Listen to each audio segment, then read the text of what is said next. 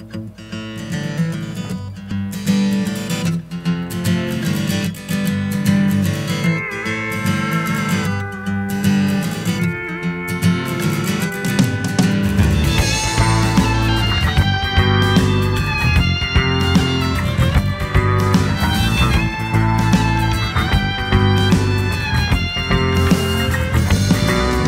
when she walked in, the whole place stopped. You could hear that second hand on the clock. She was dressed to kill and damn near dead. Felt my heartbeat start to skip, and a look in her eyes, I knew she was trouble. Turned right around and said, make it a double. And then I walked right up to her, and I said, baby, do you want to take a little ride? I know the perfect place where the creek's just right. If it gets too hot, we can jump on in. Leave our clothes hanging on a hickory and I gotta see the moon in your eyes, but maybe still kissing the dashboard light. Ooh, now girl, I gotta know, do you wanna ride? Or do you wanna ride? Good evening and welcome to IITW Radio. Tonight we have a kick butt show. It is 8/6 of 2018. Man, the month is going by quick. Tonight we have Andrew Chastain on the air with us. How you doing, Andrew? What's up, Travis? Thank y'all for having me. And we also have Calvin O in the studio tonight. Yeah, it's a pleasure to be here, man. He's another one of our artists. So how you doing, Andrew? I'm doing great, man. Man, I tell you what, I love your music. Tell us about that first song that was just playing. Do you want to ride? Oh, do you want to ride? Yeah. That's actually a song that I wrote back in 2014 or 13, I think, and I originally cut it on an acoustic EP that I put out, and then another year or so went by, and I ended up meeting a group of guys and forming a band, and we went to Franklin, Tennessee, Nashville area, and recorded our first band EP, and that's the version that you were hearing just then. Yeah, that song rocks. I have one question. Yeah. What was the girl's name? The song was about? Well, there had to be somebody you were writing this about, because it had to be some girl that you wanted to ask for if she wanted to ride, you know? Yeah, honestly. I don't know. I'd have to think really hard. That was a long time ago. It might have started out as an idea for one girl, maybe that I had a crush on or something at that time. But by the end of it, I don't think I was specifically writing it to anybody. You know what I mean? So you're married now? I'm not. Oh, okay. Some girl's gonna come and say that song's about me. That song was about me. I just had somebody write in and say, God, he's hot. Is he married or does he have a girlfriend? No and no. Okay. Thank you. Okay, girls, you hear that? I'm not going to give out your address because, you're a good-looking young man. Unlike, us old people that lost our looks years ago. Can I get his address? I need some new speakers. You're going to wind up getting stalked, buddy. Well, that's got to be pretty. As long as it's not by Calvin, then I'm good. Man, I won't bother you too much. I like your music, and you're hitting the air, man, and that's got to be a good feeling. I mean, my first experience, my song was on the radio. I got my truck and actually backing up. Somebody else sung my song, and we got it up on actually Clear Channel Radio, and I did a gig, and I got my truck to back up and pick my stuff up, and my God, my song was on the radio, and man, I just stopped right there in the spot, and just my heart and my smile. I think it's the biggest smile I ever had in my life, besides my son being born. But yeah, it's an amazing feeling. How does it feel to you when you hear your stuff on radio stations like this? Same reaction. I mean, it's just it's gratifying. To feel that other people actually want to hear something that started out as an idea in your mind, and that you created it and got together with a group of people and made this finished product, and other people can connect with it and enjoy it as well. It's always it's a gratifying feeling for sure. So how long have you been singing and performing? Usually I ask the women that are on the show, were you one of those little girls that were with the hairbrush? You know, were you one of those kids that were standing there with the G.I. Joe? Well, you probably don't have G.I. Joes as young as you are. With the Xbox remote singing?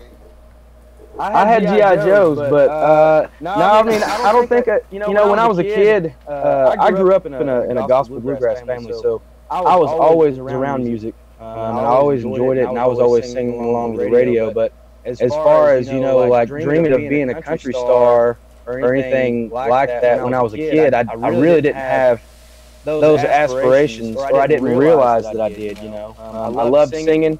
I'd sing along with the radio, and like I say, every holiday there would be family get-togethers, and it would just be, our living room would be filled with bluegrass music, and you know, my papa was my hero, so I would have my little toy guitar over there trying to play with him, but you know, I was never dreaming about being on some big stage, and I still never really did, you know, until I got a little older, and then I started writing some songs, and then it was really more about the songs for me, you know, and when people started connecting and feeling the same way that I was feeling when I wrote those songs, that's kind of whenever, you know, the relationship between me and the fans or the crowd, you know, kind of started developing a little more. You're still a young man. Why didn't you go with like the rap stuff or with the hip hop or any of that stuff? Just country was just bred into you, or? He's smart. Well, I mean, I really can appreciate all kinds of music, and I've listened to all kinds of genres, you know, growing up at one point or one stage in my life or another. But you know, when I started writing songs, they just came out country. You know, I didn't try to write anything specific. I just wrote what I was feeling and what I was thinking, and that's the way that they naturally came out. So I haven't tried to change that, you know, and I try to be careful about not trying to mold my songs into a specific genre or fit a specific set of rules. You know, I just kind of let what happens happen, and it just so happens that they come out country, you know. Is there any particular artist that was like your hero that you said, you know, hey, I want to be like this guy? Or, I mean, when you first realized you wanted to get up on stage and sing, was it like a big epiphany where you saw, like, you know, Alan Jackson or somebody standing up on stage and you go, God, I want to be like that? I can answer that. I had that a couple times. I mean, when I was a kid, you know, I said I never dreamed about being a country star, but at the same time, I can remember hearing Garth Brooks playing I was at my babysitter's house, and her older son was playing it, and you know, I looked up to him. He was an older, cool guy, you know, and he was playing Thunder Rolls one day, and it was just blasting out of his stereo in his room.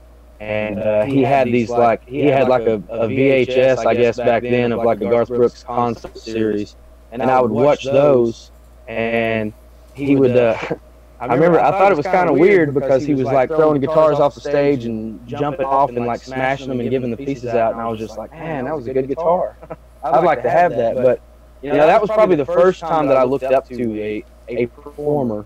When I started writing songs, you know, Eric Church was definitely one of my biggest influences, and I just, a lot of the songs that he was writing and sort of his stand and his opinion on things were right in line with what I was naturally feeling, you know. So Eric Church was definitely one of my biggest influences when I first started writing music, for sure. Yeah, well, it's a good thing you did. I mean, you have a huge following on our radio station, and we have, was it, Marie, 2,950 something artists?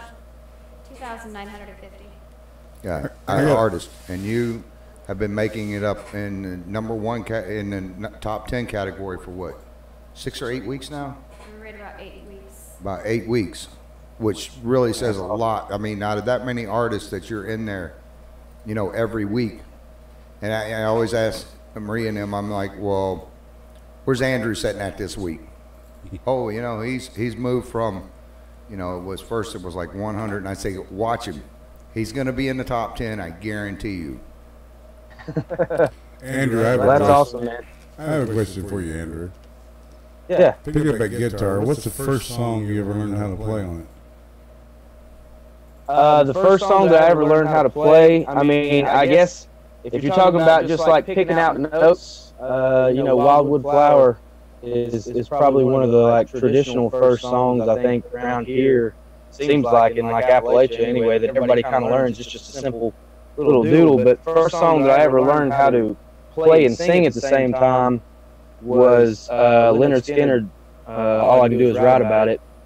And it was just a basic, simple little chord progression, and it was one of the first times that I could make my voice and my arms work together. It sounded terrible, but that's the first thing that I started with, and it's kind of cool because I still play it today, in a lot of sets that I do. Mine was Taking It Easy by the Eagles. Oh yeah, Yeah. we've covered that as a band, man, and that's a tough first song to learn. Well, you learn almost all the major chords. Yeah. That was good Yeah, for me. it's definitely. I can see it being a good exercise for sure because you got variety in there for sure. My first one was the Beverly Hillbillies song. I'm not kidding either. I'm a drummer. I mean, you can see behind me, I've got my pearl set up is a 21-piece pearl. I'm a drummer. If I play guitar, my horses run across the field, the cats, the dogs, everything splits. But the Beverly Hillbillies was the. See, and I always thought you would learn Wipeout as a drummer, No. Matter of fact, my uncle was in the band that had originally started Alabama. It was called the Thrasher Band, Bobby Thrasher Band, because I was born up in Alabama. And then those guys later split off. My uncle passed away, and they actually split off and went different ways. But I was playing bongos at 7 years old for them in bars. So, well, it was pretty cool. So, let's see, what's your other songs you've got up there? Because you had mentioned a couple other ones that you still haven't sent us. That's one of the things that people keep asking for is when you're going to come out with more music. When are we going to get more music by you? And I'm like, I don't know. He'll be on the air. Yeah, we're in the process right now. We just we released another single, a brand new single, and that's the first one since that 2016 EP that you guys have. But we released that single in June. It's called With You. And if you guys don't already have that, I'll make sure that you have it tonight for sure. But it's available, all over the place. And then we will. We're actually going to the studio tomorrow. We're finishing working up on a new album or EP that we're going to be putting out here in about 2 months. We are an independent band, so we're working and paying for everything that we're doing. So it's a lot of times it's dependent on just situations, schedules and money and all of that stuff that nobody really associates with music, or the unfun part of music rather. But we should be finished. We're making some progress on it. We just got a couple more studio dates before we finish it up. But I would say 2 months for sure. We will have lots of new material out there. Yeah, make sure you get that over to us. I mean, like I said, we don't charge any of the artists like yourself or Calvin or anybody for putting their music up. We just try to help promote and push you guys. Nobody can download your music, so they've got to go and actually buy it. They can listen to it all day long, but they can't. Hopefully they can't download it, but you never know. You probably got some little 7-year-old sitting in a foreign country right now going, I get music easy. But oh yeah. Well, and I mean, we're definitely in it to keep doing it, and we want to sell songs. We want to be. But the reason that we want to sell songs is so we can make more songs. But I always tell people, man, anytime we're playing anywhere, I'll always tell everybody, hey, you can get all of our stuff on iTunes, Amazon, Spotify, CD Baby, all of that good stuff. If you don't want to buy the music and you want to listen to it, get up with me, email me. I'll email you copies of it. The main thing is we want people to hear our music and relate to our music and stay on this ride. That we're just pretty much starting, and we want everybody to come with us. And if somebody doesn't want to pay $1 for a song, it's not a big deal for us to just send it to them for sure. Yeah. Well, you and Calvin are the guys that get out in front and actually singing. You guys get the glory and the fame and a lot of that goes with it, where us drummers are always stuck in the back. Yeah, that's got to feel pretty good when you're out there in front of the crowd. You remember what the Beatles said, right? What's that? They said that who's the guy that follows the band around? And they said the drummer. Yeah. But they let Ringo do a couple songs. I mean, actually, Ringo did "Act Naturally." You know, he's the one who did that, and he did the other song. Say again. Octopus Garden. Yeah, I mean, Ringo. That's there. Yeah, you guys always get all the pretty ones. We get the drummers get the leftover, you know. No, actually, all. We always. It's a constant joke in our band, you know. With our drummer Ben Kilmer and our bass player Dave Poole, they kind of go back and forth. Ben will make bass player jokes, and Dave will make drummer jokes, you know. But I'm really fortunate with the group of guys that I have, man. There's no ego problems, you know, in the band. We all get along. We're all fighting for the same thing, and that's to make the best music that we can make and to get further out there. So I've been really fortunate and really blessed with the guys that I've ended up with. You know, Dave Poole, Ben Kilmer, Zach Kilmer, Daniel Nichols has been playing with us for a long time. You got brothers in your band. I definitely came across some good musicians. You got brothers in your band that they don't fight.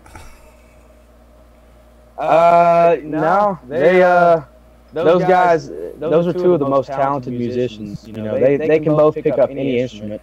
You know, Zach he used to be our lead guitarist, and then he left the band for a little while, and he came back and he started playing pedal steel. You know, he acquired a pedal steel, and it was just kind of like, hey, you know, I'm gonna start messing around on this. And pedal steel is not an easy instrument to play. You know, it's complicated just explaining how to tune it a lot of times. But those guys are extremely talented, and I mean, everybody in my band. Like I say, I'm really fortunate to have the group of guys surrounding me that I do, and we wouldn't be making the music that we were, you know, if it weren't for those guys. From me, my perspective, it sounds great, man. I mean, you know, I thought first you had studio musicians, then you told me earlier that your guys actually go in and cut the tracks, and that's amazing. Right. A lot of bands don't do that. They like George Strait, he goes in the studio, cuts the track, and takes the CD and hands it to them and says, "Learn it," you know. And right. It's just nice. Unfortunately, I'm working on getting a band, so if you know anybody out there who wants to play, I don't care if they're in South Carolina or not, we'll Skype or something, learn how to rehearse. But I'm looking to do something and be out there, and I'm gonna actually follow you on Facebook and YouTube and all that stuff. And I'm gonna be contacting the places you play in. I'll tell them I'm your friend. Yeah. Hey man, whatever you need. And the same to you, man. If there's any way I can help you, certainly. I mean, there's probably some places where it would be better off if you told them that, you know me, but we're not friends at all. I mean, they'd be like, oh, okay, well, you're hired. Tell them you stole one of my songs or something, or you tell them I stole your song or something like that. Yeah. But you know, the thing about it is we tried it. We just you're like me. I mean, I'm not gonna say I'm gonna play for free, but I've played just from my heart, man. It's for me, I'm in my own little world when I'm on the stage singing songs, and it doesn't matter if it's a song I wrote or a cover tune. I have fun doing it, man, and just watching the expression of people. That when you're creating the noise, you know, and their bodies are moving, and they might be 80 years old sitting in a chair, but that foot stomping or their hands beating or something, you know, and that's just it's an amazing crazy feeling. concept that you can communicate all of these emotions, you know, by making some noises, you know, making some sounds. You can say more, you know, with the feelings that you invoke onto somebody by singing a song. A lot of times in certain situations than you could, you know, if you talked for 3 hours. You just can't. It's its own form of communication, and I think it's always been that way. You know, music's definitely a special thing. Now you wasn't born with a silver spoon in your mouth. I would read your bios, and your dad owned an auto parts store. He worked long, hard hours. You got right in there and worked with your dad, and then you went to high school, and you were, I believe, a running back, high school football. Yeah. And then you could have been recruited to a few colleges, but then you got your back messed up, your vertebrae. Yeah, I actually I fractured a vertebrae the summer before my senior year in high school, and you know, the town that I grew up in, we're a small school here in the mountains. We're in the Smoky Mountain Conference, which, you know, football is king in all of Western North Carolina, and it was for like 13 years, however long it was from the time that I played termites, peewees. You know, that was my dream, and that's what I really focused on, and that's what I wanted. You know, that's what I worked for. But the summer before my senior year, I ended up fracturing a vertebrae in my back and had to sit out for about 12 weeks. I ended up playing the second half of the season, and I would play games and I'd practice about 2 days a week, and then it would be tough to walk on the weekends, you know. And I got through the season, and I would definitely do it exactly 100% the same way again. You know, it killed me standing on the sidelines the games that I did stand on the sidelines, but it took me about 2 years after that season to really get over, you know, the back injury, which I'm good now, and I stay active and try to stay physically fit, you know, for that exact reason. But that taught me a lot of things, and if that hadn't happened, I don't think that I would have started writing songs. You know, if I'd went to college and I'd pursued football further, I wouldn't have. That's when I started writing songs. You know, it was after high school, and I kind of had a lot of things that I was dealing with emotionally because of that, and just, you know, not knowing what was going on in life and where I was going, because the dream that you'd had for so long was just kind of gone.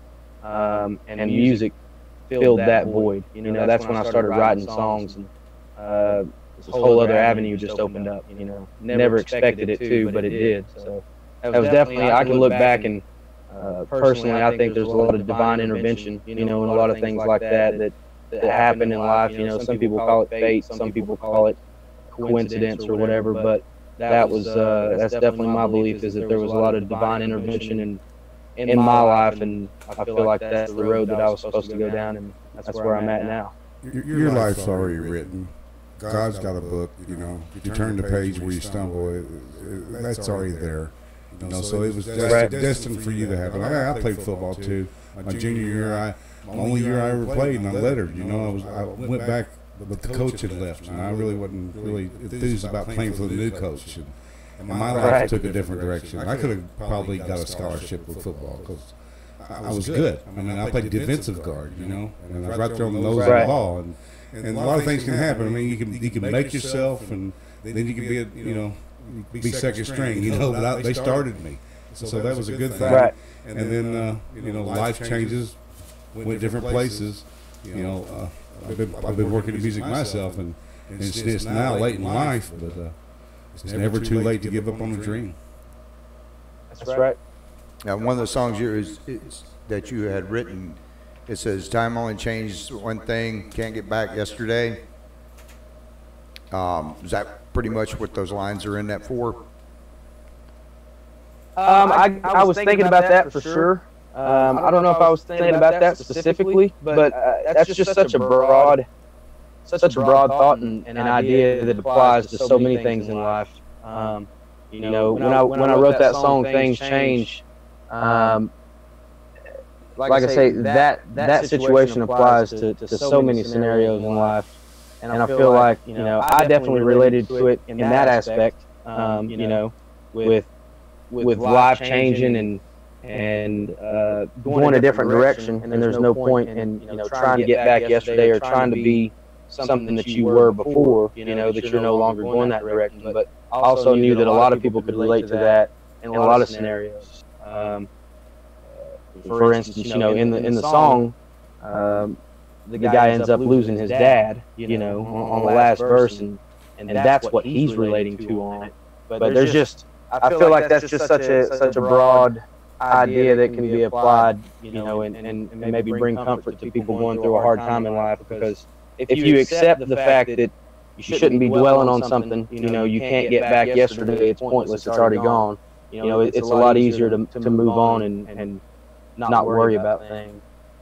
Yeah, that song reminds me of the old Meatloaf song where it's where he's talking about, you know, running the bases and stuff, and by the dashboard lights, and then he's talking about the baseball game. It's gonna like, will he make it? Will he make it? And then she says, "Stop right there." Of course, I'm not gonna sing it. You guys would, speakers would blow up. But Are you gonna love me forever? Yeah, "Love Me Forever." And at the end of that song, that kind of leaves you hanging a little bit. Did you do that on purpose? You know what I'm talking about? Yeah. Because when he's driving on the way to his, when the mom calls up, or I guess his mother calls up and says that, you better get here quick. He's fading, and I'm just, of course, paraphrasing.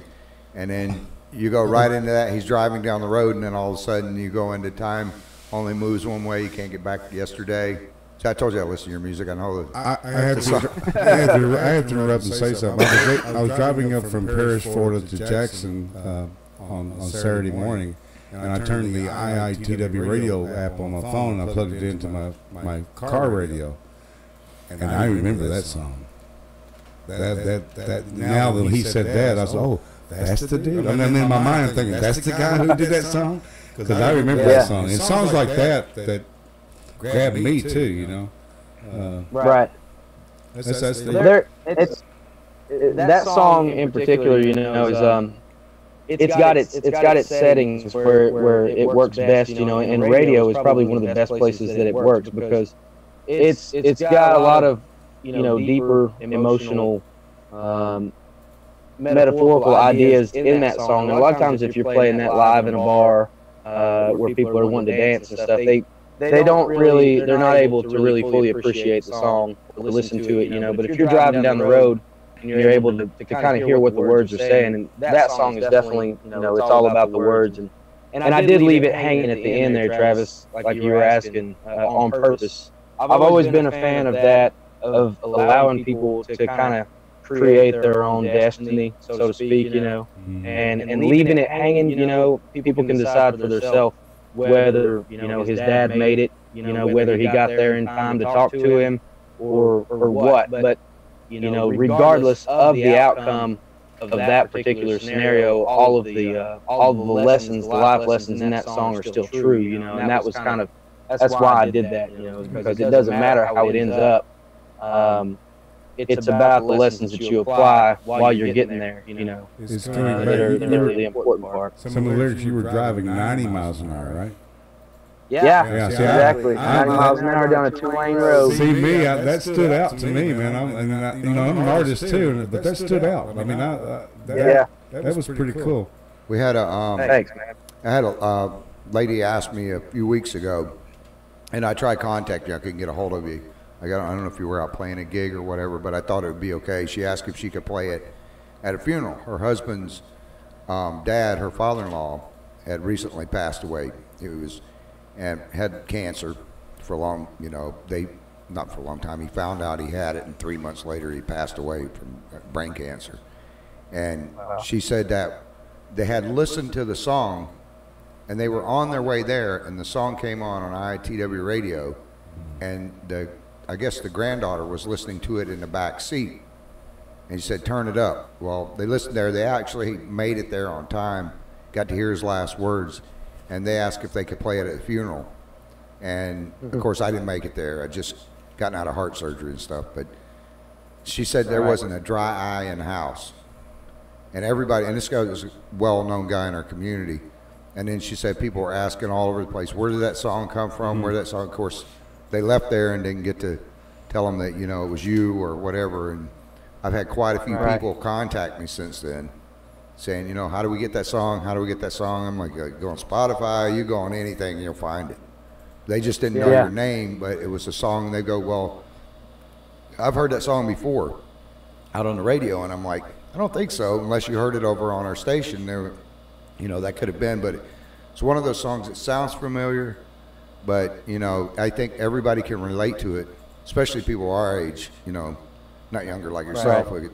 Everybody that's around my age has either lost one or both of their parents, or their parents are really old and in a home, and that's coming up for them, so they can really relate.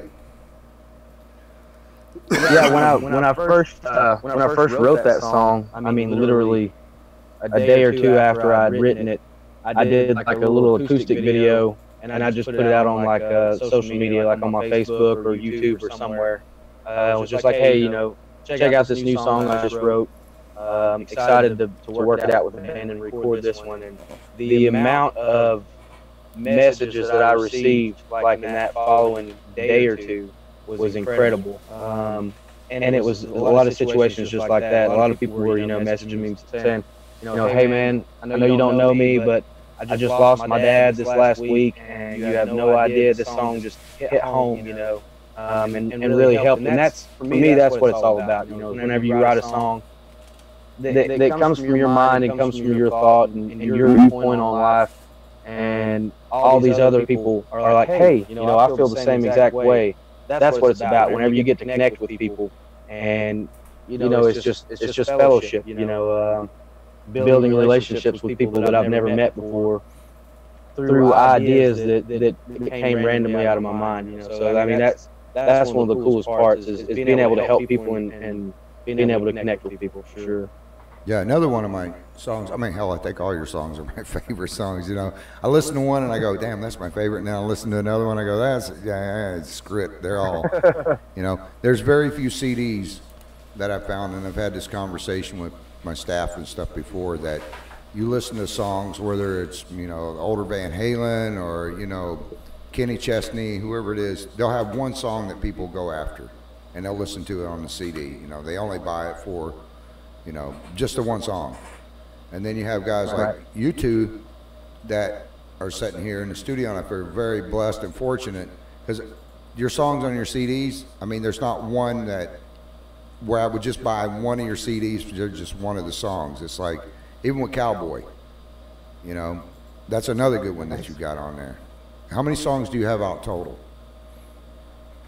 Counting the acoustic songs that I've got on that first EP that I put out, I think I've got 12, maybe 12 songs floating around out there, or maybe 13 now with the single. That's terrible that I don't know. You got a good number. 13's unlucky.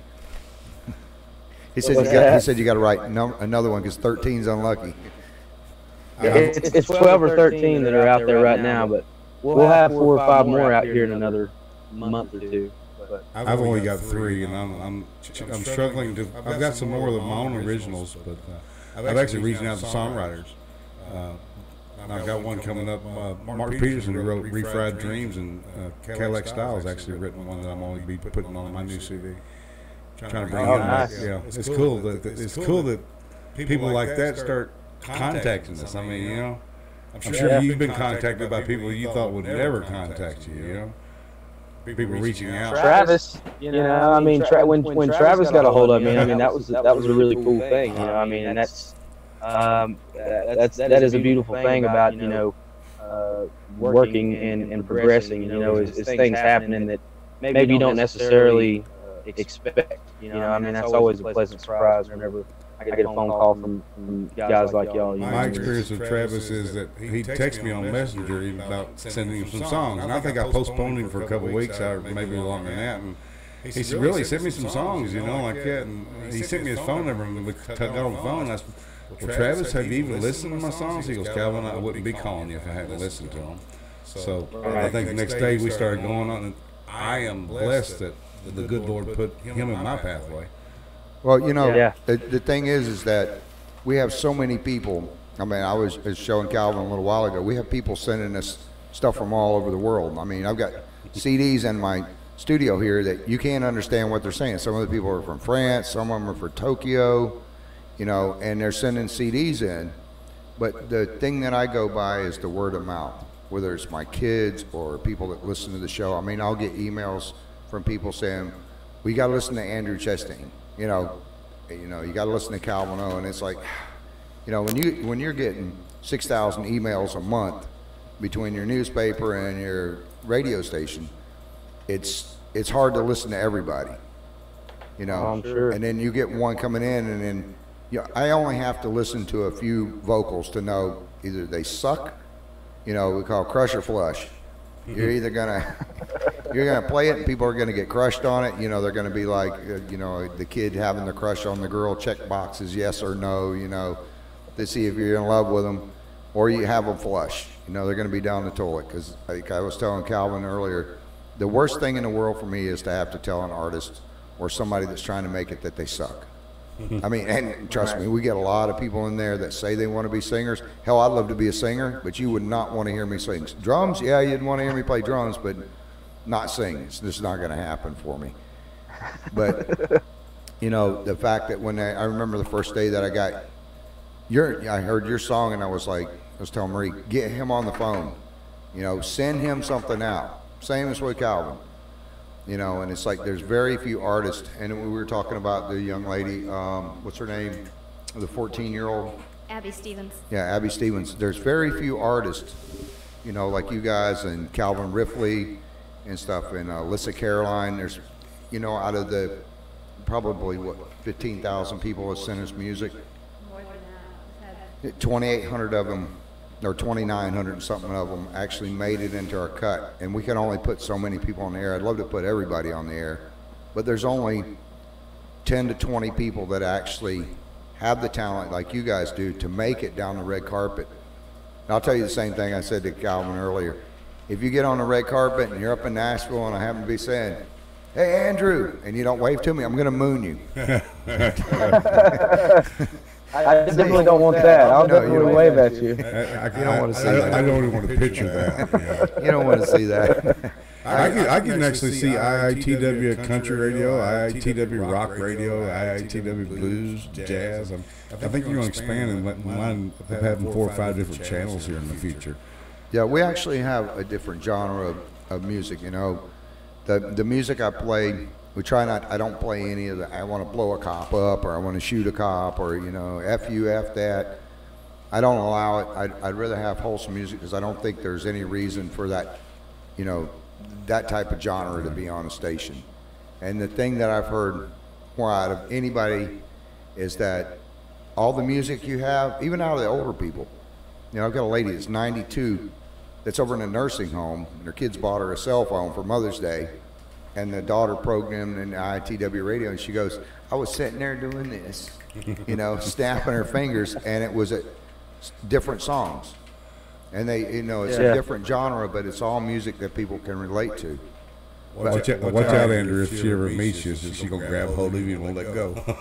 Oh, God. I'll tell you guys this quick story before we let you go. I had a woman, and I have a newspaper that I own, me and my partner do. And this woman called me up, and she goes, "I understand you help people." Now, I don't charge anything for the newspaper. We don't charge anything for it, and it's just to help people out. And I was showing Calvin earlier on my phone, just one of my articles, within an hour, had over 500,000 people read it. So 80,000, Calvin? It was. I seen 500 and some digits. Yeah, well over 500,000 people looking at his news articles. So, you know, when I came up here and I didn't know Travis from Adam and didn't know him from. He didn't know me and I said, "Well, look here, I'm up in Jacksonville. I was planning on stopping by on the way down," and he said, "Come on by." So he invited me in here tonight, and I tell you what, this is probably one of the most important parts of my life that I'll always remember, especially sitting here talking with you, man. Because I can see your future out there. You know, you're the next Zach Brown. You're the next guy. You know, we may not have big money behind us, but it's like you said, it's the songs, it's the emotions. I mean, if you can sing a song and you look out there in the audience and somebody's starting to cry or something like that, you're touching their hearts. And that's what it takes. That's what it takes to bring them into you, to like your music. You know, when you make that song that nobody likes, that might be the end of us all. But but as long as you're writing songs that people can relate to, and like you say, that one song there about dropping it off at the end and letting people get their own interpretation. You know, it's like Tim McGraw, "Don't Take the Girl." When I heard that song on the radio, it was just a regular song. When I seen that video and that boy drop at the end there and on his knees in the hospital, man, I even cried. You know, that was emotional. It's emotional. If you can bring emotion out to people, you'll be successful in this business. I know from doing this stuff close to 40 years now, that I can tell you the guys that are going out and spending the $250,000, $500,000 to get on the air, your one-hit wonders, they only last for a short second in the music industry. And that's something that will kill people quicker than anything. But the guy, I had a professor in college and would say, a good name travels blank, blank, blank, a bad name travels blank, blank. What it was is a good name travels slow but sure, but a bad name travels like wildfire. And it's the same that I correlate in the music industry. The guys that have taken their time getting there have a sweeter note when they get to where they're going to be, and they don't just rely on one song. Like both you guys' songs, you both, you know, have songs that you could listen to in a whole album, like some of the old Boston stuff, some of the old Skinner stuff. All the songs that you guys have now, you haven't been forced to sit down and know, okay, I'm under contract, I've got to do the song and produce another song in another 30 days or I'm screwed. And then your bad songs wind up getting you in, you know, where people just don't listen to them. But the story about the old lady I was going to tell, we help a lot of people out. You know, we raise a lot of, like 50-something thousand toys for the kids in our community every year, and we help out with the homeless. I don't make any money off this. This lady called me up. She goes, I understand you help people out. And I'm like, yes. She goes, I said, depends on what the need is. And she goes, well, what was it, 92? Yeah, she was right around 92. 92 years old. And she goes, I need new boobies. And I'm like, new boobies? What do you need new boobies for? You know, I'm thinking, is this a joke? Okay, you're screwing with me. Somebody put you up to this. Because, you know, we do prank calls and stuff on the radio every now and then. And she's like, no, it's not a joke. What are you laughing at me for? And I'm like, no, you're serious. And she goes, yes, sir, I'm serious. And I said, well, let me ask you something. You know, why would you need new boobies? And she goes, well, there's this old guy down here at the end of the hallway, and he's trying to pick between me and this big gal, and I'm only 5 foot tall, 4'9", 5 foot. And she goes, he told me if I had bigger boobs that he would date me instead of her. Now she's a big gal, she ain't gonna do nothing but kill him, suffocate him. And I'm like, oh God, I've just got thoughts in my mind I never wanted there. And I said, and you said she's not in her 90s? Yeah. And I said, wow. So I mean, it's like you're in it. She goes, hang on a second, the nurse is walking by. So I guess apparently she was ducking down behind the counter, and she goes, I'm not supposed to be on this phone. But she goes, the nurse keeps walking by. I said, are you in a retirement home? She goes, no, I'm in a convalescent home. But she goes, they bless her heart. She goes, I said, well, what size are you looking to get? You know, you're talking about the size. She goes, well, I want double D's. And I said, wait, you're 4'9", 5 foot? What are you going to do with double D's? It's going to be too big for you. You know, at your age, you're going to fracture your hip or something. She goes, well, I figured it out. My walker has rollers on it, so I can just pop my boobs up on the front of the walker and stroll them down all the way. Well, we actually had a plastic surgeon that wrote into me and said, I'll do the job. Wow. And then her granddaughter threatened to sue me if we did that. And but when she called back, she goes, I've got a sign. I found some cardboard and I've got a marker, and I'm going to go stand up on the main highway. If these people could say, you know, we'll work for food or whatever, she goes, and they don't get the money, I'm going to put, I need new boobies on my sign and stand out by the main highway. And I'm like, I'll tell you what, sweetie, if you do that, I will come up there and I will stand out there until we raise the money for you. So my whole point of that is, if this woman is willing to go to that extent at 92, I'm so thankful that you guys are going to the extent that you are going, because the musician's life, I've been in it.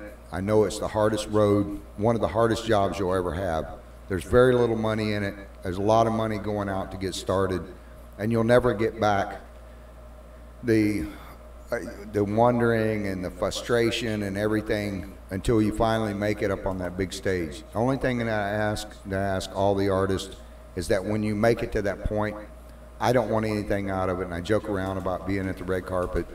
I don't care if anybody ever recognized me or not. I'm not in it for that. But if you can just pay it forward, find some kid that's standing there like in Jukebox Hero, and when they're standing up looking at you and you see them, if you can help them out, that's all that I ask. That's worth more than $250,000 for playing, you know, people on the air or anything like that. Andrew, he told me a while ago that Brad Paisley steals him $100. So yeah, I'm gonna give him $100 one day, not. But anyways, I want to thank you for coming on the air tonight. We ran out of time a little while ago, but I don't care. My sponsors will get over it. They all love the radio station. So, but I want to thank you, Andrew, for coming on. And thanks for having me, man. It's been awesome. And I hope that you'll send us some more music so we can get it out there. And then I will be up in North Carolina here in the next few months. I'm still going through some heart issues and trying to get back my health and everything, but I like going up there in the fall and going camping before it gets too stinking cold. I won't be too far from you at the Bat Caves. I'll be up on Mount. Yeah. You know where Mount Pisgah's at? Yeah. I'll be up on Mount Pisgah, up on Devil's Knob and Mount Pisgah and High Falls and stuff for the fall. I'll swing by and check you out, man.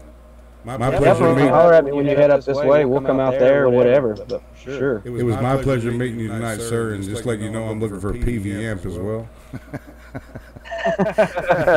That's my steel players right there. I can't get rid of that one.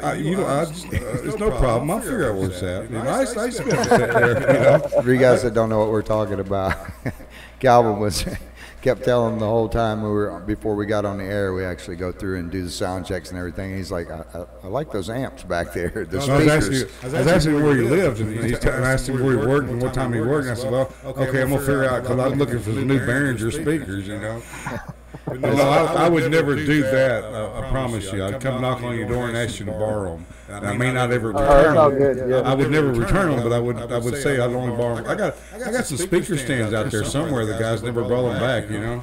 But it's life, you know. I'm sure you've loaned some equipment and never seen it before, or lost a guitar or something. But I've probably been on both ends of that one, Calvin. I'd be lying if I wasn't. I'm sure. I'm not gonna lie. I've got several PA or actually PA heads and a guitar or two at the house. But actually, I fixed the guitar up, and it's better off just sitting there with me instead of getting it back to the work. It'll be tore up again, you know. So.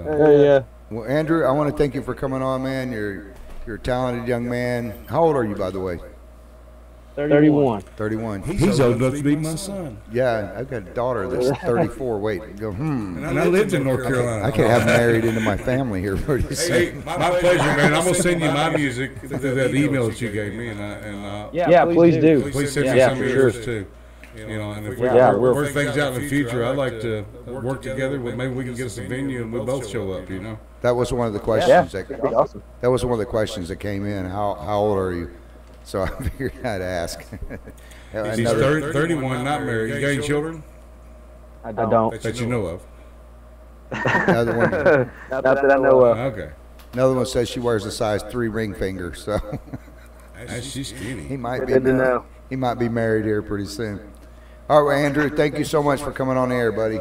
Love your music. Hey, thank y'all for having me. Thank you, man. Good to meet you, Calvin. You too, sir. Have a good weekend. All right. You guys take it easy. That was Andrew Chastain, guys. We'll be closing out. The end of our show is music and stuff. But now we have to do some ads. Go ahead and get them up. Keep them rolling.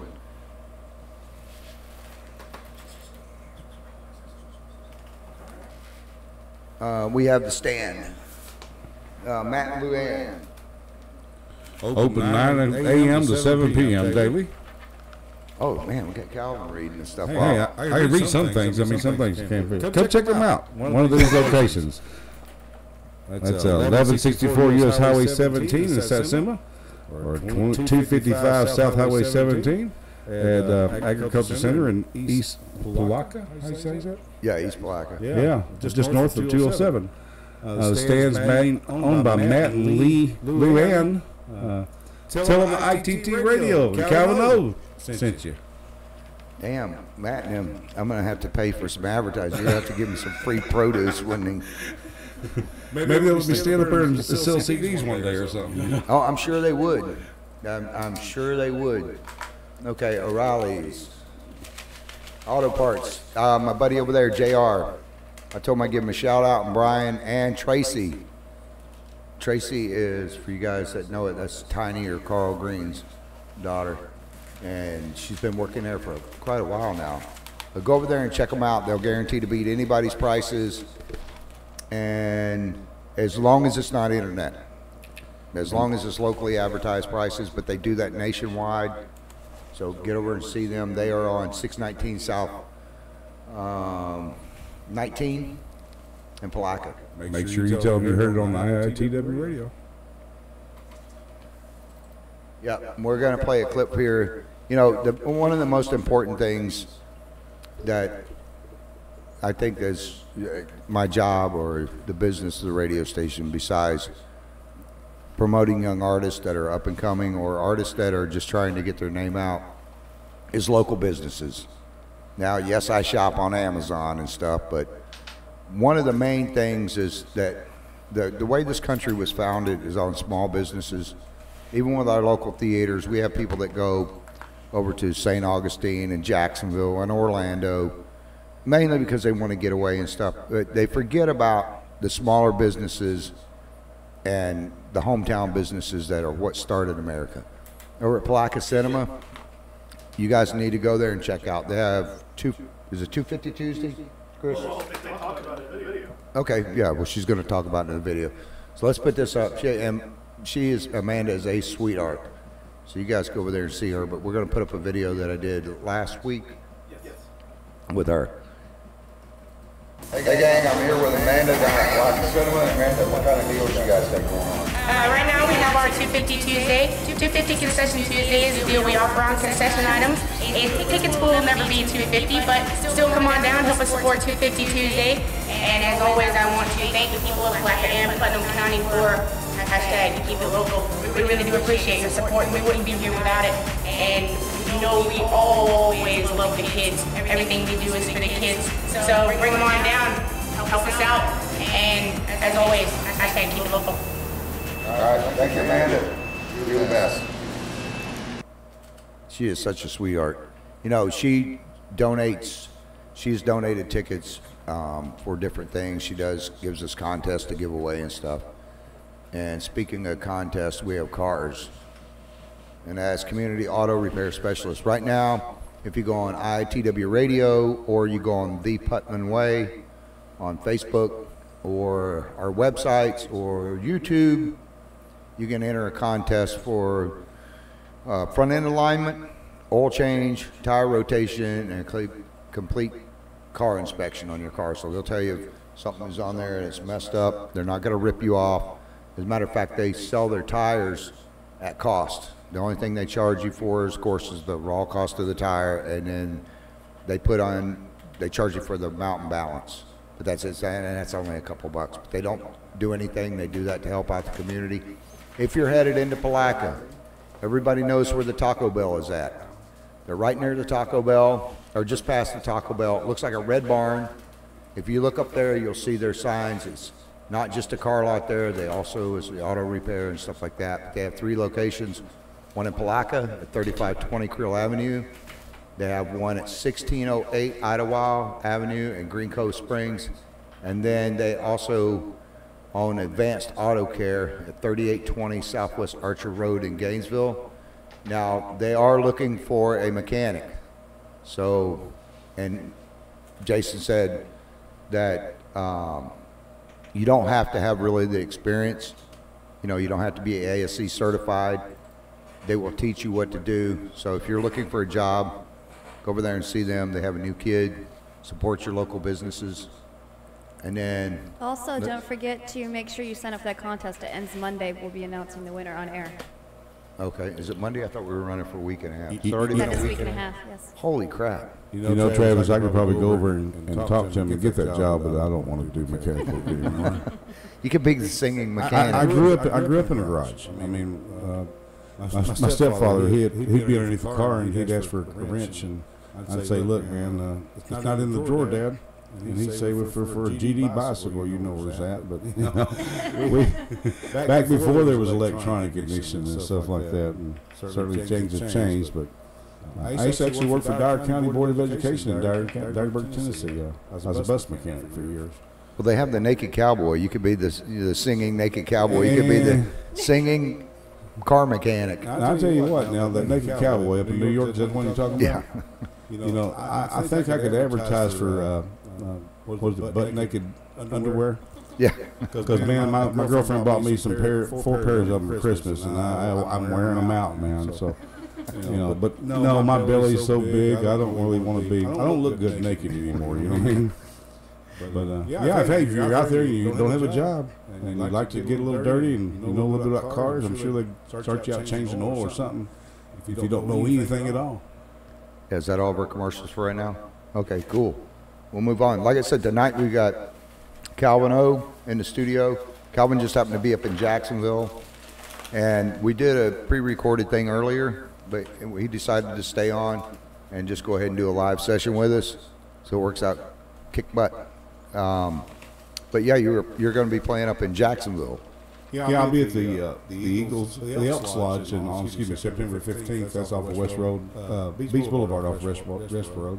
You don't have to be a member. I'm sure they would probably tell you more about the organization, and they'd let you come in a couple of times. But that's where I'm at on the 15th of September.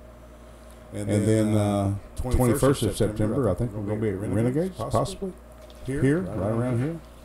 Yeah, we're going to play a minute of your song right here. Oh, you are? Yeah. Which one are you going to play? Which one do we have? How about the new one, Fooled Around and Fell?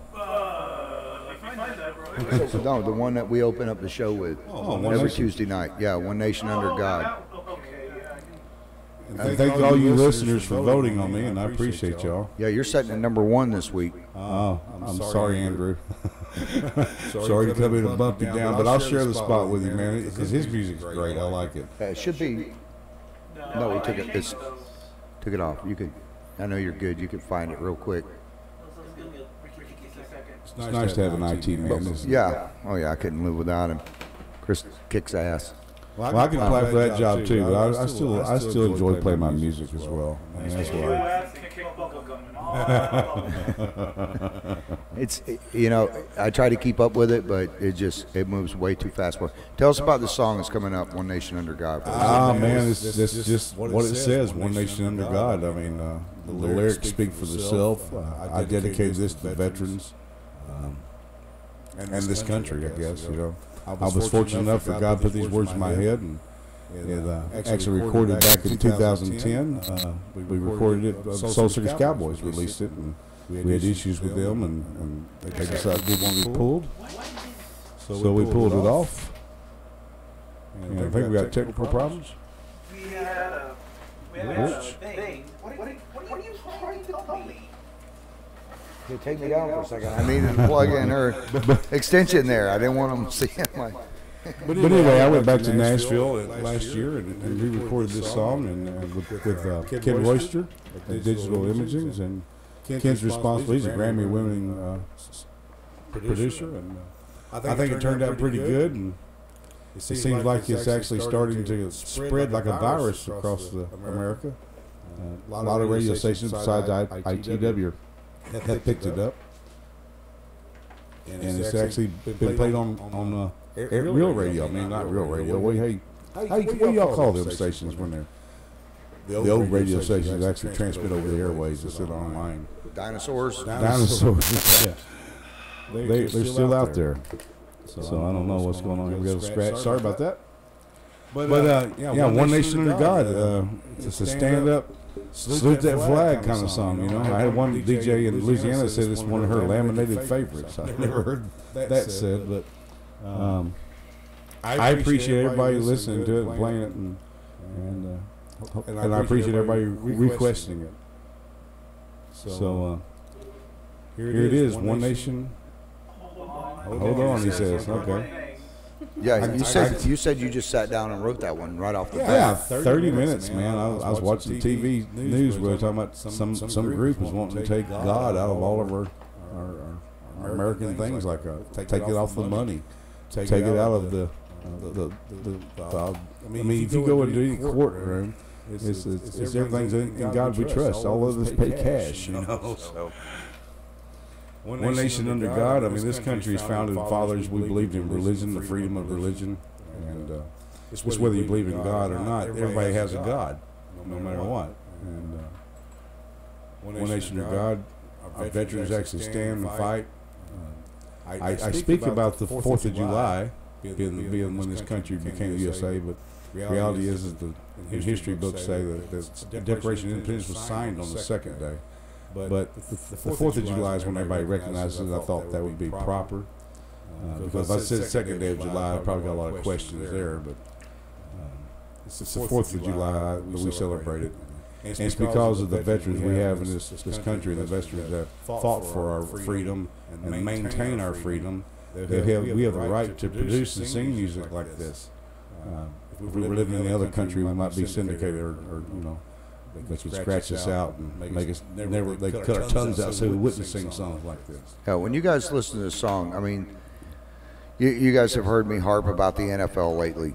I'm not even watching the NFL anymore because to me it just pisses me off. Here we have, you know, we're not even in football season right now, and it is quiet as a church mouse around. I haven't heard any NFL players get in and spend their own stinking money to get out and kneel and bitch and complain about whatever their cause is. But come football season, they're already talking about kneeling down during the national anthem. I don't care if you're for Trump, against Trump. If you don't like what he says, it has nothing to do with that. This national anthem is what our country is founded on.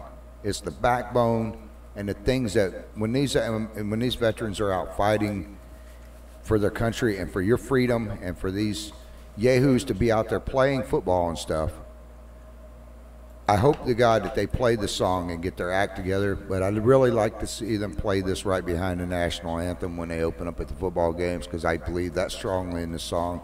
And apparently you guys do too, because he's coming in at #1 again this week. Go ahead and pop this one up, Chris, unless I want these people to listen to this while we're on the air, because I know the talk show gets a lot more listeners and a lot more action than the radio during the day, and I don't get a chance to say this. So if they don't hear it and they missed it in between work or bathroom breaks or whatever, at least you guys can hear it now. But go ahead and put this up. We're going to listen to a little bit of it.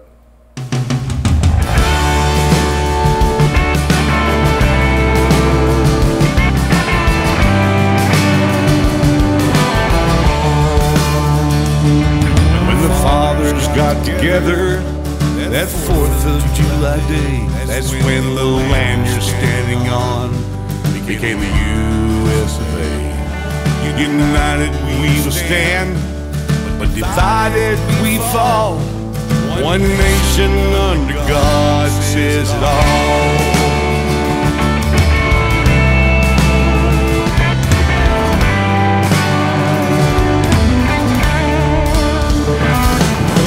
Men are created equal, words written in by hand. They all stand to fight when a cry for freedom rings. Freedom isn't free, it comes with a cost. One nation under God says it all.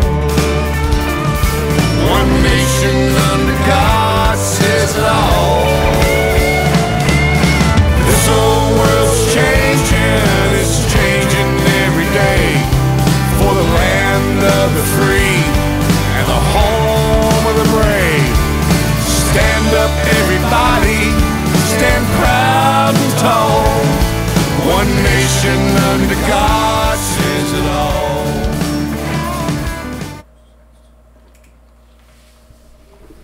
Okay.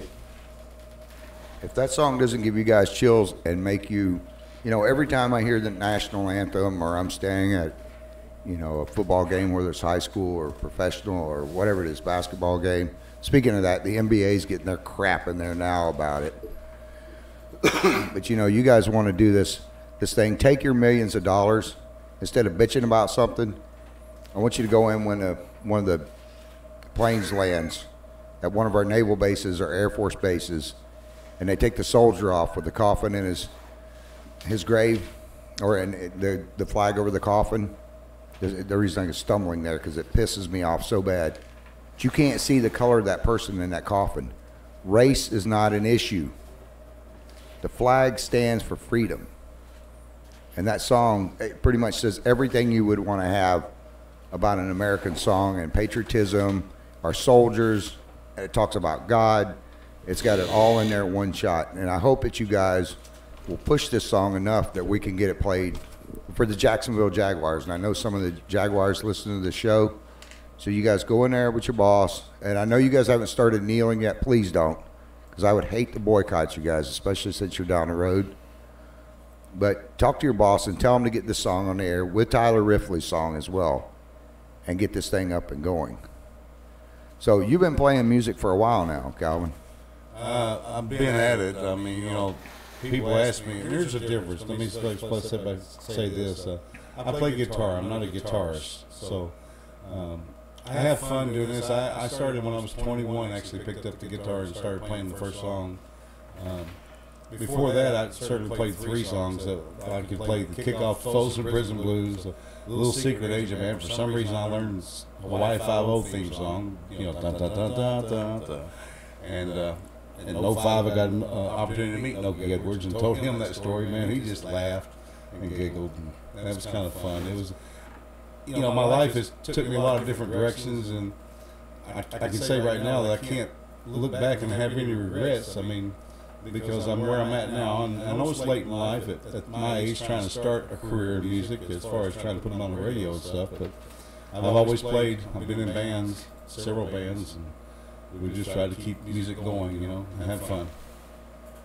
Yeah, well, I was lucky and fortunate enough to spend the day with you today, and it was quite entertaining with us sitting here in the studio. Normally, I don't get to do that. I see the artists for a couple minutes, and then they're gone, you know, unless it's like Ryan Weaver when he came down from Nashville, or, you know, there's some of the other artists that I get a chance to every now and again, maybe every couple of years, to hang out with. Most of the time they're on the air for a quick second and then they're off, and then I'll talk to them throughout the year once or twice. I get to enjoy their music, but it's not often I get to enjoy the fellowship, not only you know, another artist, but somebody like yourself that's down home, you know, that doesn't have the highfalutin society umbrella stuck up their, you know, their butts and then inflated. I know what you're saying. I mean, you know, to me, when you asked about an online interview, and I said, well, can I come up there? You know, because I bond better if I meet people and shake their hands and interact with them, tell jokes and whatever like we've been doing all day long, you know. And to me, it's an experience. I mean, and I give a challenge to all the artists to come out here and do this. It's different than sitting home, you know, but coming in here and learning the experience, I mean, I'm smiling. It's got a nice facility here, and I mean, I'm impressed. I mean, I certainly was, you know. It's left a memory that I'll never forget. I know that. And certainly I'm not going to borrow $100 off you like Brad Paisley did. But if I did, I'd pay you back real soon. But no, it's not about for me, it's not about the money. I mean, my girlfriend really complains because I'll charge a low fee. You know, she thinks I'm worth $300 or $400 a night, and she may be right. But to me, it's not about that. I mean, it's getting out and playing the music, watching people laugh, enjoying good times, and wanting me back. You know, and if they want me back, that means I don't have to paint somebody's house or do some carpenter work. I can go out and play music. You know. Well, on the 21st, you're going to be. What is that noise? I don't know. On the 22nd, for some reason, there's always a gremlin in the studio. It's usually before Cletus stops by that it starts happening. That's because this is IITW Radio. Normally it happens right before Cletus pops in. They quit doing it. I think I know what the problem was. It's over on the other mic. But yeah, I lost my train of thought. 22nd of September. I'm actually a Moose member. I'm a member of the Little Order of Moose. I mean, we have 2 organizations. One called Moose Heart, which is an orphanage up in Illinois that we try to support. All the Moose Lodges support that. And we have Moose Haven, which is a retirement community right there in Orange Park, right there just south of Jacksonville. And I've been honored to ask to come play it for the Moose Haven members. It's only for a few hours. It's I think it starts at 6 o'clock on the 22nd, and to me that's an honor, you know. And I look forward to playing for them people up there, and I played for a dinner for them back last month or 2, I guess, and up in Jacksonville at the lodge at 455, and they were so. To me, it's entertaining to meet folks like that and share the stories. And they asked me where all I played and got my card, and the next thing you know, the administrator from the Moose Haven is actually calling me, and we arranged we're up there the 22nd. I know for you guys listening tonight, Calvin's going to be playing here on the 21st. We're not going to announce where it's at yet, but I've already talked to the lady today, and it looks like he's going to be playing locally here in Putnam County. Next week we're going to release it. So there's only, you guys know the venues around here. There's not a whole, you're not going to be a 40, 50,000 seat stadium, but you guys know the venues here and where different artists play and stuff. So for us to get an outside artist come in, especially like yourself, it's a big deal. So I'll be releasing that probably next week, maybe Friday night. Well, to me, I'm honored that you went to the trouble of even finding something like that for me, and I love that you actually helped. But when he does release the announcement of the place of the venue we're going to be playing, I think I've committed to 20 CDs. I only got 3 songs on my CD, but 20 of them, and I'm gonna label them. They'll be one of 20, 2 of 20. I mean, I can make my own CDs, and if everything goes right, these may be a valuable heirloom one of these days. I don't know. I mean, I guess something will replace. Well, they are replacing CDs with streaming, I guess, you know. But I'll have them there. The first 20 people that come up and ask me for one will get one and all autographed. But you have to take a picture with me so I can post it on my Facebook page and all that stuff. But I'm just excited. I mean, because I want to spread my music. I want to play all over the state of Florida. I mean, if there's any place that would hire me and have me, I'd love to come and play. And then we'll worry about the rest of the country. But, you know, just take care of Florida. You know, my ideal or outlook on music, especially being here in Florida, is that if you were to grab the United States and hold it up in the air, you start by holding it in Florida. You hold the handle of Florida down here. You know, you grab it and you hold it up in the air. And that's the way my outlook is, that I can take my music and just spread it out across the United States, starting here in Florida and here at IITW. Well, as far as landmass, we're underneath California and Texas, but Florida is a long, stretched out state. Well, believe me, I drive it up and down several times. It's 700 something miles long, and if you go across the Panhandle, it's 300 and something miles across the top. I mean, here on the average, it's about 158, 160 miles wide. That's a lot of landmass to cover. But here's an amazing fact. You could be anywhere in the state of Florida and be at a beach in less than an hour and a half. Yep. Or be rained on in 15 minutes. Well, actually, I drove down the interstate and it'd be raining on one side and not on the other. I mean, that's the experience we have. But I lived in Yuma, Arizona, and we only got like 2 inches of rain a year. And so when the storm came in, it always flooded everything. But I enjoy Florida. I really do. I've met a lot of friends here, especially in the business. Some old rock and rollers up down there where I come from. That's Allman Brothers territory, man. I'll tell you what, I've met a few of those folks, and it's amazing. It's very amazing that there's a lot of music here in Florida, hidden talent too, and even in South Carolina with Andrew. I mean, Andrew actually, the guy that was on earlier, I remember his songs. I mean, they caught my attention, you know. Yeah, he's a talented young musician, artist.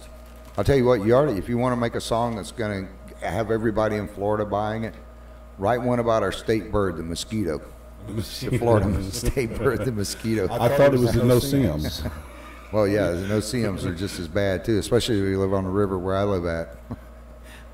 They're horrible. I've got them in my backyard. I'm fortunate enough to be on a property that has a preserve in the back. There'll never be a home built back there, so I have a little pond, and it gets infested with mosquitoes and no-see-ums and everything. But it's beautiful. It's a very beautiful backyard. I enjoy it. Like I say, Florida. I came to Florida to retire, and I'm just tired now. So, but you know, my music has been always with me, and I was playing in Arizona, but there wasn't a lot of venues to play. And coming here, I've played as far as north, as far as Brooksville so far. Well, Jacksonville now, you know. And then as far as south, I was down in Lehigh Acres, which is just south of Fort Myers. And I played in LaBelle, Ruskin, Gibsonton, Florida, Parrish, Florida, Ellington, Florida, Bradenton, Florida. And there's probably a couple I'm not mentioning. I just can't remember every place where I have played. But it's fun. It's fun. I actually went to Brooksville and played with a band, and got home and started thinking, and a few months later realized that the bass player and I was actually playing in the band in Tennessee. And he snuck off and left us, and wound up down here in Florida. And the drummer I was talking to, he said, "Well, TJ actually plays down there." That's his name, TJ.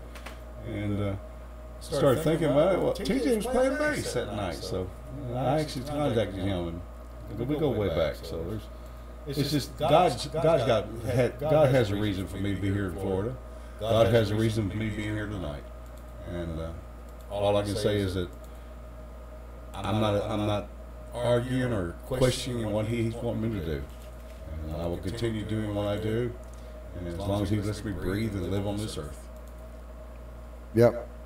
But, you know, like I say, I enjoyed hanging around you today and stuff. And we've got a thing coming up here with Cletus in just about 35 seconds. But we did pre-record a show with you earlier that we're going to be putting up probably in the next few weeks. And it has a lot more information about you in it and stuff. What was the one question I had asked you earlier that I wanted to repeat? I got my notes scattered out all over the place, as you can see. My desk, we've done a couple pre-recorded shows today. And yep, there they are. We asked me so many today. I know, we had an hour and a half. But no, I didn't name any of my children after you, Travis. I'm sorry. That was one of the questions today. That's probably like my ex-wife. You wouldn't want to meet her. Actually, me and my ex-wife get along better now than we did when we were married for 28 years. Man, me and 5 of mine get along pretty well now.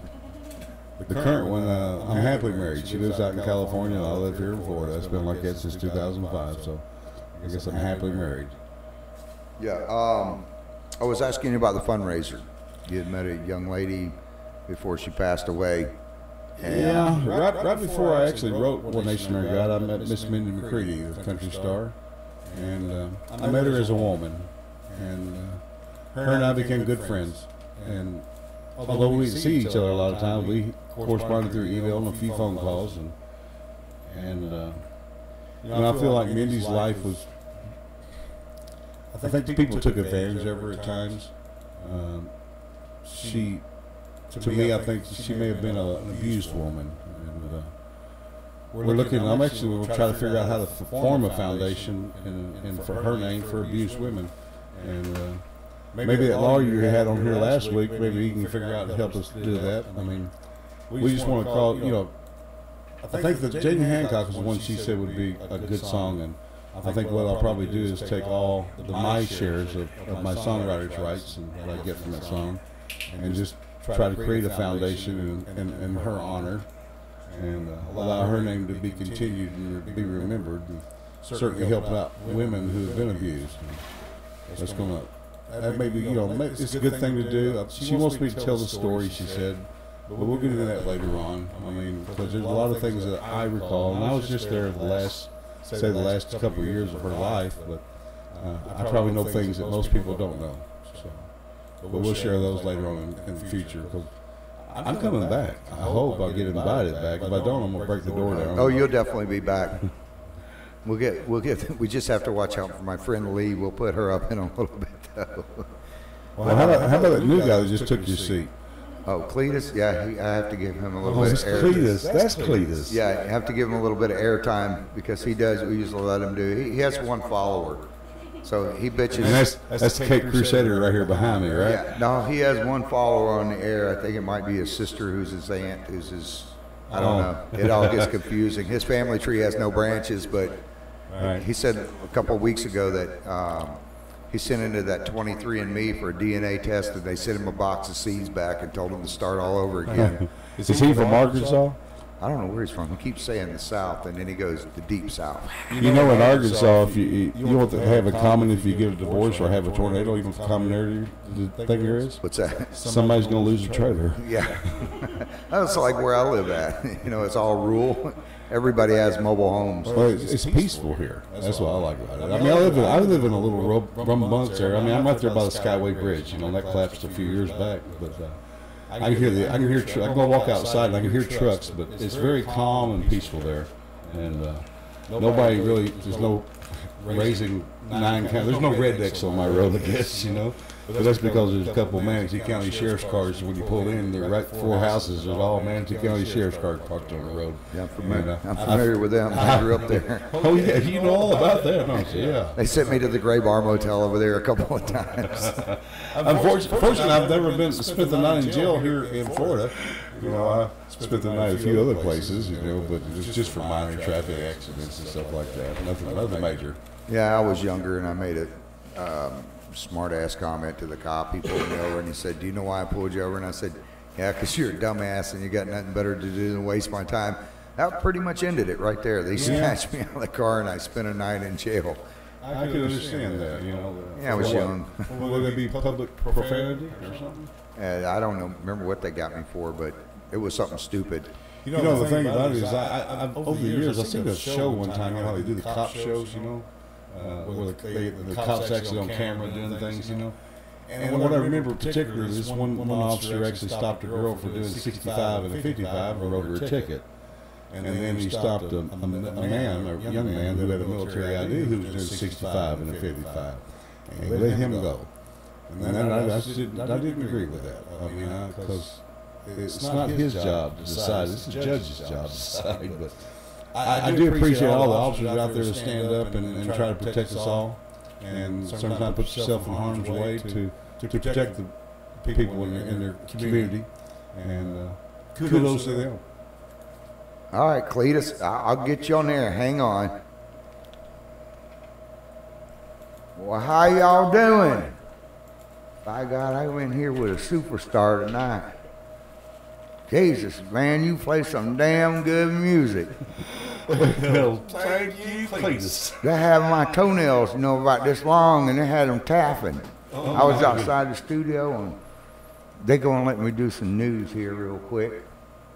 Wait, last week, was it last week? Hell, I can't remember. I think I got a hold of some of my uncle's moonshine, but we got, by God, we got a video. These people are crazy and lost their damn minds. Last week, there was a woman that went ballistic, a little bitty short thing, trying to beat up on this big old gal with like fists like ham hocks.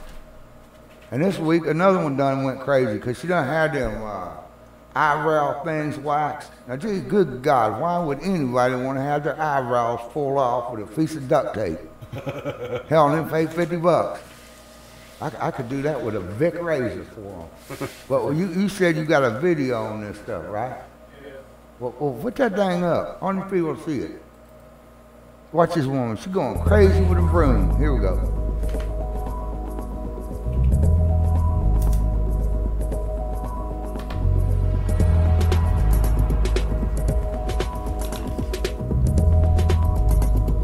Look at her. She done gone crazy.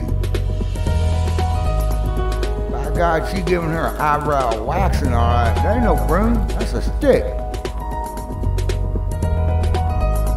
Jesus Christ, she's gonna hit her with a spade.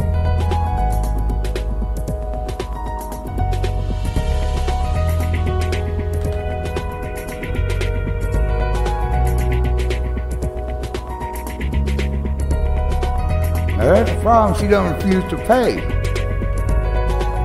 Whack her upside her head. Look, she done knocked that damn cone up on top of her head. Good God Almighty. She knocked the guy's hair off on the side of his head there too. And half that girl's shirt's gone. Jeez Louise. And it was over $5. $5. That's a whole lot of money where I come from. Hell, you can buy 4 cans of Skull for that. Not anymore. Well, yeah, that's true. I get them on the black market. That Chinese gal done gave her #1 ass waxing. Well, you know they were mess with Chinese people. I mean, you've seen Bruce Lee. She said, I done get your eyebrow good. Look, I whack it. Good God Almighty. I love your music, man. Thank you, brother. I appreciate that. I mean, you got some songs that makes my toes curl. I was eating a sandwich, and my tongue done slapped the backside of my brain listening to that stuff. Man. Some good stuff you got going on. I see you're 100% red-blooded American there with that head. Oh, yeah, I got my Make America Great Again shirt on. I made this myself. You like it? I like that. I sell it to you for $1. I got 50 cents. Oh, by God, I got more than that, and and laundry soap on it. I used that new laundry soap we call horse manure. Oh, I like that. Oh wait, we got to do this other one too. It's the condom story. Condom story? Oh yeah. Now I don't know what the CDC stands for. That's a crazy damn crap. That's what it stands for. They done warning people to don't drip dry or use your condoms over again. Now who gonna say that? Well, they're plastic or rubber, so they are recyclable, right? I don't know. CDC, that's the Center for Disease Control. Yeah, they said they had to put it because people are actually doing it. I thought it stood for crazy damn crap. Have you seen the price of condoms lately? No. Me neither. I don't buy them. No. Hey, Cletus, did you know that they're before the package, it says in the package they've been used before? Yeah, they say pre-tested. They got a bunch of little Chinese guys over because it says over in China, made in China, and they're pre-tested. They got a bunch of little Chinese guys over there going, "Oh, Mr. Wong, this one no good. I work overtime. This is crazy." Cletus, I think they just blow them up like balloons to make sure they don't deflate. Well, that's crazy because there were people snorting condoms. What if they inhale? Mr. Wong, I can't blow no more. My lungs are no good. Look, it's only this big. Is that good enough? I wonder what they're going to do when they put the Tide Pods in condoms. Oh, damn, I don't know about that. But I got to get out of here. I don't know where I got to go, but I got to go somewhere. I got to go check on my Uber. I started a new thing. I don't have Uber car service, taxi service. I have Goober. I take my jackass outside. I done gave Crack Horse Sally 5 rides this week. I done made 97 cents. You should get more than that. Well, that's a whole lot of money. It is for people that have no money at all. Yeah, 8 days, I get a Mountain Dew. 10 days, I gotta go buy me a Budweiser. That's living high on the hog. Well, I gotta get on out of here. These people going crazy. I can't stay in the claustrophobic stuff. God dang, that rat man looking at me. Let me read something funny here to you. Subway gets so hot. Take it easy, guys. I gotta go. I gotta get out of here. He's going to do this next round for me. Subway gets so hot in Vienna that they give out deodorant. Apparently something didn't smell good in Vienna. Is this Vienna, Italy, or? I think Austria. Austria, okay. Temperatures on one subway in Vienna reached up to 95 degrees. So the transit company handed out free deodorant. That's amazing. I mean, the response was overwhelming. Desperate passengers ripped a deodorant spray out, and the train. Oh, this is actually on a train. They got on a train, 14,000. They dished out 14,000. They've got a Subway restaurant on a train? Man, you can open up something anywhere. My God. That sounds like America, I guess. But anyway, desperate passengers ripped out the deodorant, and definitely one of them placed out there. Let's see here. Yeah, people were stinking up the subway, so the subway started passing out deodorant just so they wouldn't funk up the place. I got the wrong glasses on. I got readers. I mean, I've got glasses, but I left them at home. But that's pretty interesting there. I mean, Subway getting 95 degrees. I guess the air conditioner went out on the trailer. Couldn't they open the windows? I don't know. In Vienna, I mean, that's the Alps, right? That's cold weather. No matter how hot, how hot it is, there should be some cold air coming down off the mountains, Maybe they had a water shortage. I don't know. Maybe it was some sour beef or something, I mean, but Subway, hey, they made the news again. Yeah. There's a song for you, stinking on the subway in Vienna. That's for the naked cowboy, not for me. Not to put you down, man. I know you're in New York working hard, Funny, a zoo accused of painting donkeys to look like zebras. Yeah, I know. This is a trip. Wow. That sounds like something Cletus would do. I think that's, how they breed horses. You know how you get a donkey, or how you get mules, right? A donkey and a horse. I think what they did probably just breed a horse with a donkey, or a zebra with a donkky. Probably got this. But anyway, Cairo International Gardens, a municipal park, was ridiculed after an Egyptian student posted images on Facebook of this suspicious beast. The student said the zoo zebras were obviously painted donkeys. However, zoo director Mohammed Sultan, that's how he said that the zebras are real.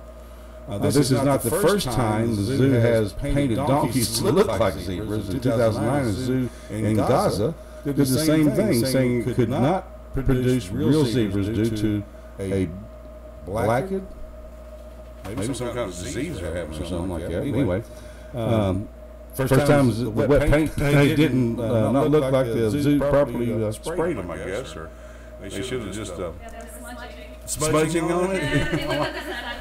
Yeah. They should have used a Sharpie, man, and then type. Oh, we're talking about the white paint, right? Yeah. Well, we only got about 40 seconds to go. I want to thank you for coming in tonight. Hey, man, thank you, IITW. Appreciate y'all. And we'll do those tomorrow night. And you guys check us out on Twitter. Go and check out Calvin's stuff. He has a personal Facebook page. It's all blocked up and stuff. But we've got to get out of here. You guys remember Paint your donkey. Yeah, right. The fallen veterans and stuff, and remember to support America. Hey, real quick, anybody download my song right now, One Nation of God, I've committed to give money to the drowning victims' families of the Duck and Branson and Table Rock Lake. So if you download One Nation of God on Reverb Nation, that money's 100% going to the drowning victims' families of the duck that actually floated or sunk and killed all the people. So. Okay, we love you guys. We're out of here. You guys have a good night. Keep it safe. I'll see you tomorrow night, God willing. The government don't get me first. Don't forget to subscribe. Don't forget to subscribe. We're going to close out with Calvin O's song. Oh, no, Andrew Chastain. Oh, caught me off guard. Okay.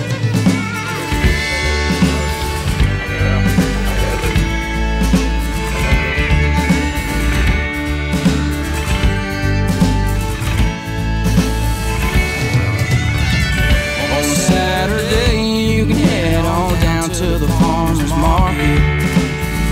A little bit later on, take you to that safe spot and park it. Those Friday night football lights shine bright as day. On a Sunday morning, you can always hear those church bells ring in the land. When necks are red, paychecks are earned with sweat and the tea's sweet and the whiskey's strong. Well, the radios are cranked way up loud, the crickets singing songs in the background. Tailgate dance last, dogs run along, and we live our life like a country song.